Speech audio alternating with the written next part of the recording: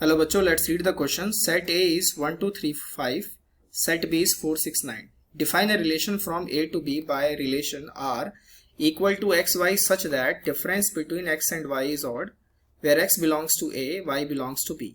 Write R in roster form. ये सवाल है बच्चों हमारे पास. इसमें सबसे पहले हमें अपना की कॉन्सेप्ट देखने की जरूरत है.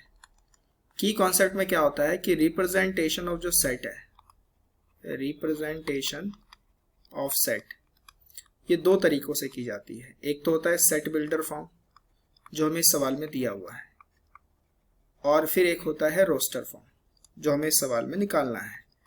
तो सेट बिल्डर फॉर्म में क्या होता है कि वो इंग्लिश अल्फाबेट्स में या फिर एक इंग्लिश के तौर पे एक स्टेटमेंट टाइप दी होती है जिसे हमें डिकोड करके मैथमेटिकल वे में लिखना होता है.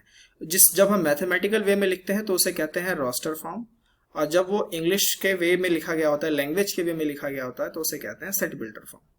अब इस सवाल में हमारे पास जो रिलेशन है पहले वो लिख लेते हैं. रिलेशन है मेरे पास X Y such that difference between X and Y is odd, जहां पर एक्स किसको बिलोंग कर रहा है, ए को, वाई किसको बिलोंग कर रहा है, पी को.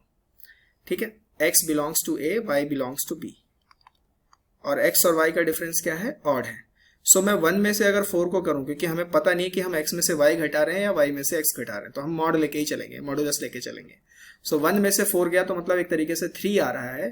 तो यानी मैं यहाँ पे आपको लिख के दिखा देता हूँ, 1 - 4 का मॉड. हम यहाँ पे मॉड को कंसिडर करेंगे बिकॉज वी डोंट नो कि हमें x में से y डिफरेंस करना है या y में से x को घटाना है, तो इसलिए मॉड लेना बेटर रहेगा.